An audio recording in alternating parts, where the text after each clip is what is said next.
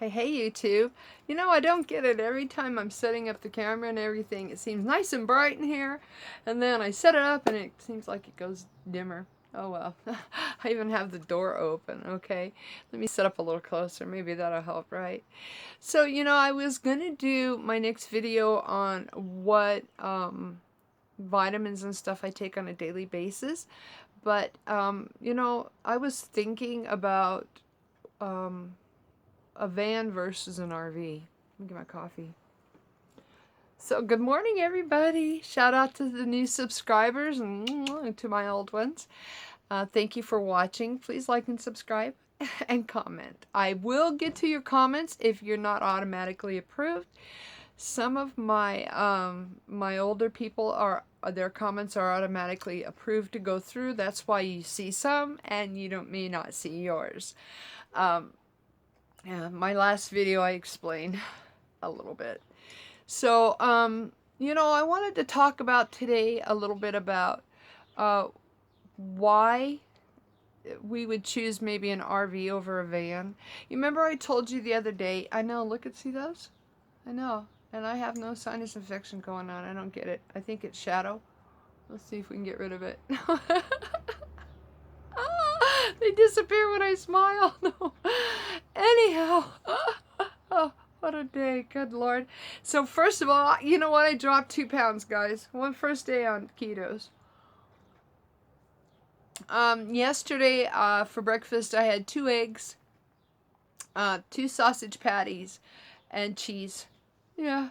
And then for dinner, I made this awesome, oh, it was so good. I took shredded lettuce. I took 3 ounces of ground beef, the 70/30, the fatty one. And I ground up the ground beef real fine, and I put cheese on top, and I put all that on my lettuce, and I made this 1 carb dressing, out of real mayonnaise. It tasted like a Big Mac. It was amazing.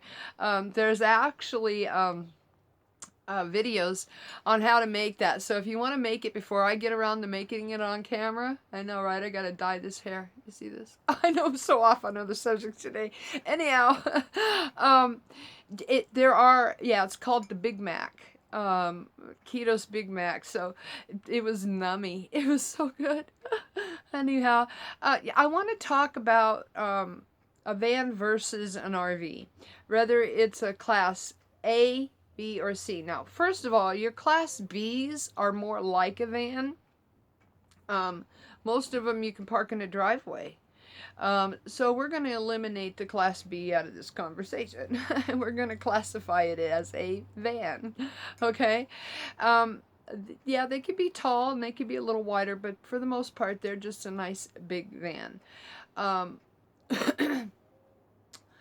When you live in it, the perks to living in a van is absolutely being able to travel and get to any boondocking spot you want. I mean, yeah. Who's that, Tinkerbell? You guys hear my dog? I'm going to introduce her on film soon. Watch him, baby. She's just 3 months old. Anyhow, a van you can take pretty much anywhere. Anywhere at all that you want to go. Gas is cheaper.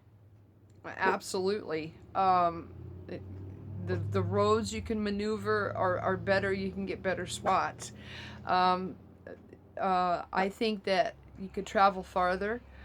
You may not be able to stay as long as you can in a RV, but a class van is more of a convenience thing for me. Guys, when I told you a long time ago, I was out boondocking in Flagstaff, I believe, that there are 2 temperatures when you're a nomad, and that's hot and cold. I'm not bullshitting. I mean, I gotta tell you, it's miserable. You wake up freezing in the morning. Even if you have a Mr. Buddy, you can't leave that on all night. You wake up freezing in the morning, and if it's cold out, you still got to get out and get your stuff set up. You got to get your generators out. You got to get your solar panels out. I mean, you have to do that in an RV too, but in my RV, at least when I turned on my stove, because at the time I boiled my coffee in a camp pot, it heated up my house a little bit and helped warm me up. And then by the afternoon, when it's, 70 degrees outside, think about this. At least 10 degrees higher in a stick and brick. So there's two temperatures, and they're miserable. They're extreme. They always seem to be extreme.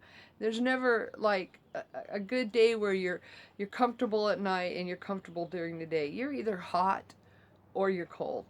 And in a van, I know you can insulate them, but the fact is I think it's more extreme. I think it's more extreme than your RV. I mean, RVs aren't made all that insulated at all. But I think that RVs may be warmer or cooler. I know that when I was boondocking, I never used my AC, and I do have a construction site generator who would have absolutely, absolutely handled the ACs in that rig. I just never used them. For one, I didn't want to put my neighbors out turning on an AC during a time that they were relaxing, or a heater during the time that they were sleeping. Um, it's, nomadic life, yep, it can be glammed up.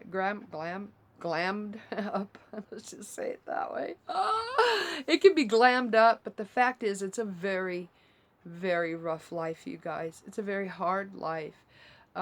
You're isolated, you're lonely, you're busy. You guys seen how much weight I lost. If you don't have that much places for good food or storage, and it's just a very hard existence. But I think when you're living in a van and you have to shower outside in a tent, you have to potty outside or in a tent or in a bucket inside, those were things I really wasn't wanting to do. I'm very feminine in the way that I take care of my hygiene. I like to be able to be in a shower and wash my hair and shave my legs and my armpits, whether I'm in the middle of nowhere or sitting in the middle of town. And you're not going to get that in a van, guys. If you like sitting in the shower shaving your legs, that's not going to happen. You're going to be sitting on a stool or a bed or a chair when you live in a van shaving them legs, if you even shave them anymore. Sorry guys, I have seen, yeah, nomadic women who don't even bother to shave. And you know what? They may think it's cool in this new age, but there's reason why women shave our underarms, and it's a feminine thing. So if you've got this big old bush growing on your arms, if that's what you like, that's up to you, but I don't find that feminine at all. And I don't think that when you're out boondocking, you should let your femininity go. I didn't. I still wore makeup. I still did my hair. I dyed my hair out there, you guys. So for me, the comforts of having a shower and a toilet, a real toilet. I mean, even if I had a composting in the house, it wouldn't be on a bucket. I'm not putting anybody down.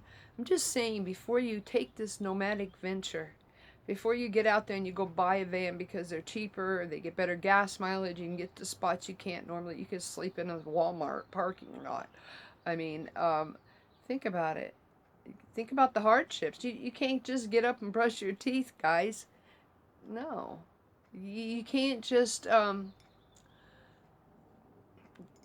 to the potty and the smell be contained to one area. And I'm not trying to be graphic or gross, but it's true.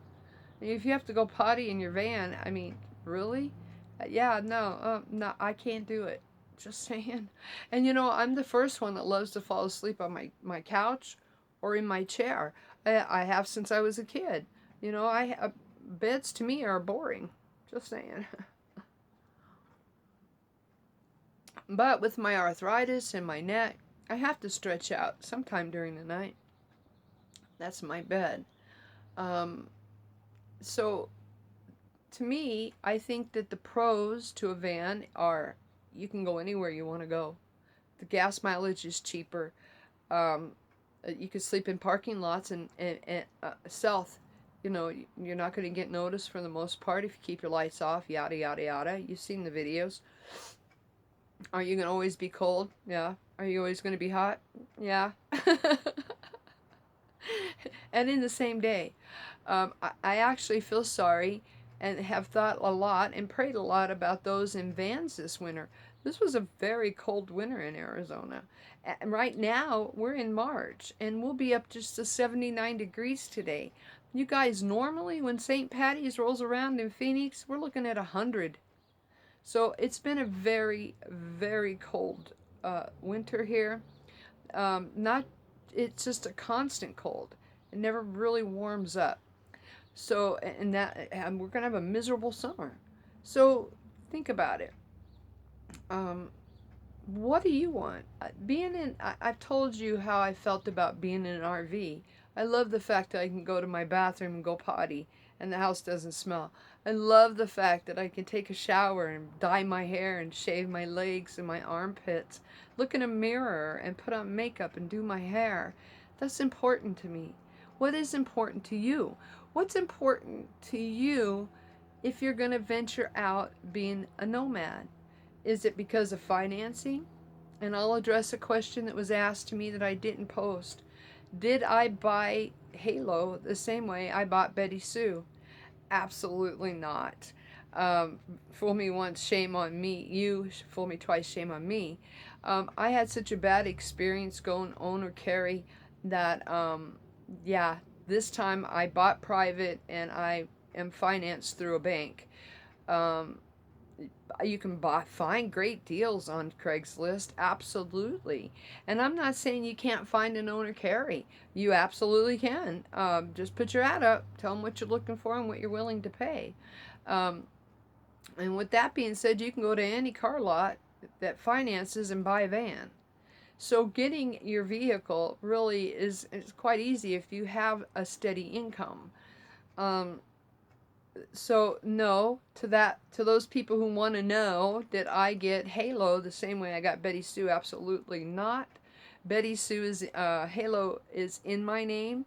100%. There's no owner carry. And I never thought to go to my bank. I never thought to ask my bank what they would, and that's what I did. I went to my bank. I said, "How much will you finance me, and what do you want me to have down?" So.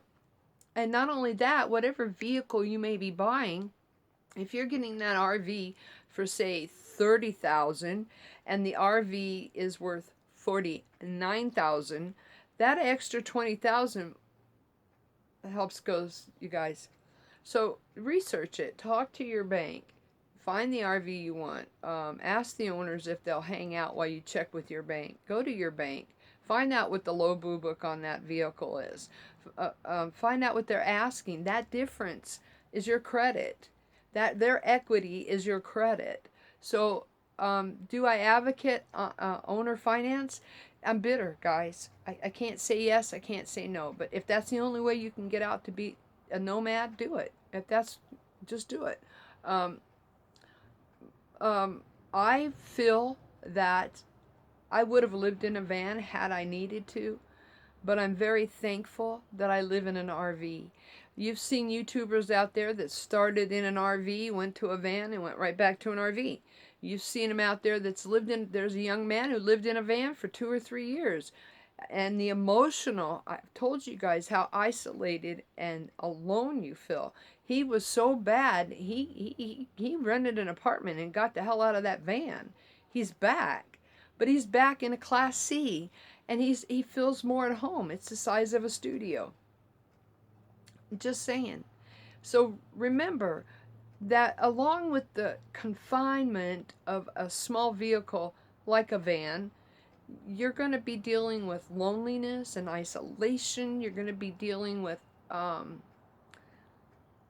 kinds of stuff, guys. And if you have something that's more home-like that you can nurture yourself in, it might be the better bet. It absolutely. This young kid who had to get out of that van because he was near suicide. And if you look around YouTube, you'll find him. The kid was near suicide. He could not take it anymore. And he was flat out with everybody about why. He didn't mince no words. But he's back and in a Class C, and he's doing really well. Now he's only been back out on the road a year. We'll see how he's doing in a year. I hate to say this, but living the nomadic life has been so glammed up. The cost have been so glammed up. But the fact is, you guys, it's a hard existence. Just saying. It's hard. It's a very hard existence. It's hard. It's rewarding in the way that you know that you've got your electricity right there with you, your solar and your generator. But it's a very hard existence. And it can be a very lonely existence. And being lonely, sometimes we gravitate toward people that may not be good people. And if you watch my series, you'll see what I mean. So we tend to lose touch with society and social skills. And I'm not being mean and I'm not being, negative about it, but it's a fact. It's a fact. And for me, the best thing for me, I could not imagine two people living in a van. I couldn't, guys. I know I lived in a 30-foot Class C, and it got claustrophobic. And I was by myself. Chloe was there, and Chloe was a big dog, but Chloe very seldom was in the house. She liked sitting up in that front seat. That was her guard spot, and she was there a lot. But the fact is that I couldn't imagine two people in a van. I couldn't imagine two people in my 30-foot Class C. Nomadic life is very, very, very hard. It's no picnic. None. You're on your phone trying to find a free place to park. You want to be close enough to a town that you can get water or supplies or food or propane. If you run into a place where propane is $5 a gallon, and I'm at a place right now where it is, that's money you didn't plan on spending. If you want to be a nomad, I would do it temporarily for a few months and make sure it's something you want to do. I would investigate every view, every avenue, every venue of it, to like camp working, where you can try. You go east, there's no free camping up east, guys. There's just not. You go toward New York and Ohio, and no, not like it is out here. There's no BML land to be had up there. So it's not like you can travel the United States without sleeping in Walmart parking lots. And I got news for you. 90% of Walmart parking lots don't let you stay anymore. Especially the big cities. And 90% of the little cities. Little towns are where you see these YouTubers staying in parking lots at Walmart. Because the big cities don't allow it anymore. So it's not that easy. There are truck stops. It used to be you could park in a truck stop and spend the night. That doesn't happen anymore. I ran into 3 truck stops that told me straight out, it's for truckers only. And I can't blame them, because now truckers can't even park at a Walmart. It is, like I said, it's been glammed up, and it's a great fantasy. But the fact is, the resources are going quick. When you've got an extra 4,000 people over last year on the roads and living in their vehicles, pretty soon there's not going to be a lot left. I mean, if Aaron Burr, for its whole existence, didn't care how long you stayed, and now they're going, 2 weeks max, you're out of here. Think about it, guys. It's just not going to happen anymore. It's getting tougher in northern Arizona. The rangers up there don't want us there. Just saying. So before you venture out, sit down and analyze, think about what's important to you as a person. Will van life be easier for you than an RV? Maybe cheaper, but it's going to be worth it. It's really going to be worth it in that van. Think about it, guys. Think hard and long about it. Yep, I'm a little bored where I am already. I told you I've got gypsy in my blood. I like to move around. I don't like being in the same spot. I don't like being stale. But the fact is, I I appreciate the time I spent in the middle of nowhere, and I'd do it again if I had to. I don't want to. I'd rather like where I'm at. I'd rather like free. I'd rather like that shower and that electricity. I don't have to worry about running out of gas for my generator, or being a cloudy day and I can't get enough sun on my solar. My batteries are being ate by the house I live in. Or I have to buy new batteries every 3 to 6 months. Oh yeah. At a $200 a whack. Because you're using those batteries constantly. These are things people don't tell you. Can you tolerate pooping in your van and having to smell it for an hour? Or opening the doors and freezing or sweating your butt off because it's so hot outside? You're in a van, I don't care how insulated it is. If it's 80 outside, it's going to be 100 in that van. If it's 50 outside, it's going to be 40 and 30 inside that van at night. Think about it. Think about it. Yep, I couldn't wait to get on the road. I couldn't wait to live that lifestyle. But I got to tell you, I learned hard and I learned fast.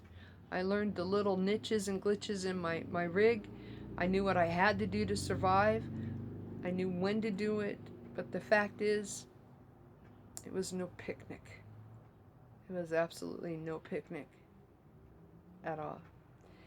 Anyway, I hope you sit and think about this subject, because it's really important of what vehicle, what home is good for you. You know, van builds are a blast. I love watching them on YouTube. But think about it. Would you be able to sit in a van where you couldn't stand up? Ever? You couldn't walk from one spot to another? Do you have to live outside 80% of the time? Can you deal with that? Can you live with that? You know, living outside also makes you noticed. And if you're a female by yourself and you're sitting out there, whether you have 2 chairs outside that van or not, and somebody's watching, and they see you day after day after day, only one sitting out there. Gotta think about it, guys. Think about it long and hard. So anyway, I want to shout out to everybody. I thank you for watching. I thank you for commenting. I know that I got a buttload, and that is a real measurement. Grandmother used to use it all the time. I know I have a buttload of new comments. I work for the next 3 days. I will absolutely try to get to those comments. And this time, instead of just approving them, I'll answer the ones I'm going to approve. I thank you guys for the personal emails that I've gotten this week. Yeah, you know, there was something about your email that caught me off guard, or I felt I had covered it in a video, because I'm going to tell you, I had one person drill me about $465 a month for Betty Sue, how I got my numbers wrong. You're not living there, baby. You're not paying my bills. But this woman drilled me. Well, $465 and in registration and insurance? No. I paid $465, period. That includes registration and insurance. I said it in 4 videos, you guys. I went back and watched the videos. Those are the people I'm not going to approve, because that tells me straight out she didn't watch the whole video. And if she did watch the whole video, she wasn't listening. And not only that, if she had watched any of my videos, I covered that subject again and again and again and again and again and again and again and again. You know, don't patronize me. Listen to what I say. Now, I did make an error in my last video when I said it is absolutely cheaper for me to live in a stick and a brick. Nope, and I corrected that in the definition, or yeah, right underneath the video. Anyhow, so it's very much cheaper for me to live in an RV, you guys. Of course, especially being a camp worker, you know. Especially. And you know, I really wore myself down. A co-worker of mine didn't want to work all of his shifts. He was paying me cash. And you know what? It was good in the beginning, but when I started working 4 and 5 days for him in that booth, and he was sitting on his butt for 1 day a week getting free electricity and stuff, you know, the money didn't matter. It wore me down. I didn't take this job to work 5 days a week. I took this job to work two, some weeks 3, and they're split up. So that's why I was so tired and cranky and irritable.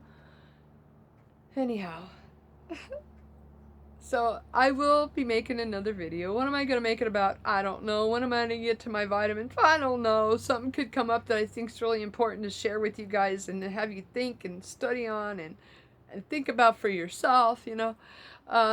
Who knows what it'll be about, but it'll be there. I want to thank you all for watching. I want you to remember to love yourselves, because if you don't love you, nobody's going to love you. And I want to also talk to you about weight. You know, and real fast, because I don't want this to go too much longer. You know, society and Hollywood tells us we have to all be a size 0. That's bullshit. We were all made differently. Some of us are pear-shaped, some of us are stick-shaped, some of us are thin no matter what we eat, some of us are heavy no matter what we eat. God made us all individual. That's why it's important to love yourself, because you will know, if you love yourself, where you're most happiest in your weight. So don't lose weight just because somebody else is. Don't be on a keto diet because somebody else is. Search inside yourself. Where are you most comfortable? Because I have to tell you, I have people tell me every day how much better I look since I put on 10 pounds since I've been here. Because I was looking pretty ragged when I got here. And I was ragged, not only physically, but emotionally. Guys, have a great day. Peace. Thanks for watching. Bye-bye.